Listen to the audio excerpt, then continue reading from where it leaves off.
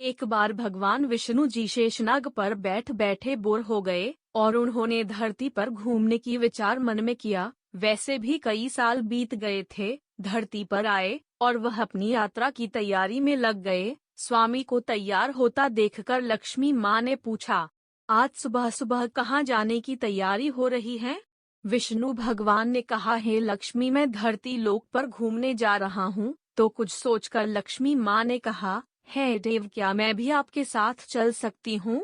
भगवान विष्णु ने 2 पल सोचा, फिर कहे, एक शर्त पर। तुम मेरे साथ चल सकती हो। तुम धरती पर पहुंचकर उत्तर दिशा की ओर बिल्कुल मत देखना। इसके साथ ही माता लक्ष्मी ने हाँ कह के अपनी मनवाली। सुबह सुबह माँ लक्ष्मी और भगवान विष्णु धरती पर पहुंच गए। अभी सूर्य देवता निकल रहे थे। रात बरसात होकर हटी थी। चारों ओर हरियाली ही हरियाली थी। उस समय चारों ओर बहुत शांति थी और धरती बहुत सुंदर दिख रही थी। और माँ लक्ष्मी मंत्र मुग्ध होकर धरती को देख रही थीं और भूल गए कि पति को क्या वचन देकर आई है। और चारों ओर देखती हुई कब उत्तर दिशा की ओर देखने लगी, पता ही नहीं चला। उत्तर दिशा में माँ लक्ष्मी को एक बहुत ही सुंदर बगीचा नजर आया और उस तरफ से भीनी भीनी खुशबू आ रही थी और बहुत ही सुंदर सुंदर फूल खिले थे। यह एक फूलों का खेत था और माँ लक्ष्मी बिना सोचे समझे उस खेत में गई और एक सुंदर सा फूल तोड़ लाई। लेकिन यह क्या, जब माँ लक्ष्मी भगवान विष्णु के पास वापस आई तो भगवान विष्णु की आंखों में आंसू थे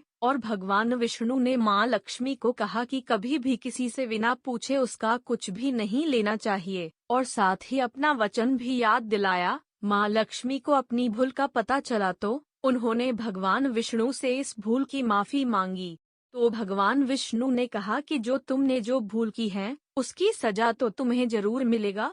जिस माली के खेत से तुम बिना पूछे फूल तोड़ा है, यह एक प्रकार चोरी है। इसलिए अब तुम 3 साल तक माली के घर में नौकर बनकर रहोगी। उसके बाद मैं तुम्हें बैकुंठ में वापस बुलाऊंगा। माँ लक्ष्मी ने चुपचाप सर झुकाकर हाँ कर दी और माँ लक्ष्मी एक गरीब औरत का रूप धारण करके उस खेत के मालिक के घर गई।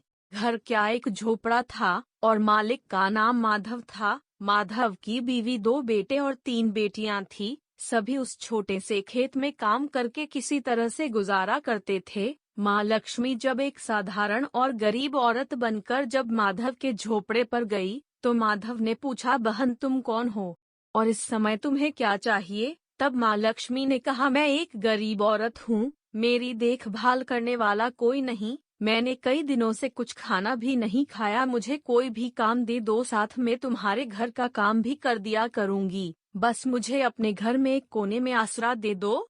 माधव बहुत ही अच्छे दिल का मालिक था। उसे दया आ गई, लेकिन उसने कहा, बहन मैं तो बहुत ही गरीब हूँ। मेरे कमाई से मेरे घर का खर्च मुश्किल से चलता है। लेकिन अगर मेरी 3 की जगह 4 बेटियां होती तो भी मैंने गुजारा करना था। अगर तुम मेरी बेटी बनकर जैसा रूखा सूखा हम खाते हैं उसमें खुश रह सकती हो तो बेटी अंदर आ जाओ। माधव ने माँ लक्ष्मी को अपने झोपड़े में शरण दे दी और माँ लक्ष्मी 3 साल उस माधव के घर पर नौकरानी बनकर रही। जिस दिन माँ लक्ष्मी माधव के घर आई थीं, उसके दूसरे दिन ही माधव को इतनी आमदनी हुई फूलों से कि शाम को एक गाय खरीद ली।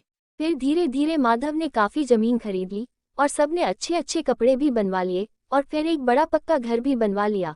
बेटियों और बीवी ने गहने भी बनवा लिए और अब मकान भी बहुत बड़ा बनवा लिया था।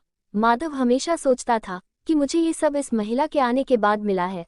इस बेटी के रूप में मेरी किस्मत आ गई है मेरी। और अब 5 साल बीत गए थे, लेकिन माँ लक्ष्मी अब भी घर में और खेत में काम करती थी। एक दिन माधव जब अपने खेतों से काम खत्म करके घर आया तो उसने अपने घर के सामने द्वार पर एक देवी स्वरूप गहनों से लदी एक औरत को देखा। ध्यान से देखकर पहचान गया, अरे ये तो मेरी मुंह बोली चौथी बेटी यानी वही औरत है, और पहचान गया कि यह तो माँ लक्ष्मी है। अब तक माधव का पूरा परिवार बाहर आ गया था और सब हैरान होकर माँ लक्ष्मी को देख रहे थे। माधव बोला, हे माँ हमें माफ कर, हमने तेरे अनजाने में ही घर और खेत में काम करवाया। हे माँ यह कैसा अपराध हो गया, हे माँ हम सबको माफ कर दे। अब माँ लक्ष्मी मुस्कुराई और बोली, हे माधव तुम बहुत ही अच्छे और दयालु व्यक्ति हो। तुमने मुझे अपनी बेटी की तरह से रखा, अपने परिवार के सदस्य की तरह से। इसके बदले में तुम्हें वरदान देती हूँ कि तुम्हारे पास कभी भी खुशियों की और धन की कभी नहीं रहेगी। तुम्हें सारे सुख मिलेंगे जिसके तुम हकदार हो। और फिर माँ अपने स्वामी के द्वारा भेजे रथ में बैठकर बैकुंठ चली गई।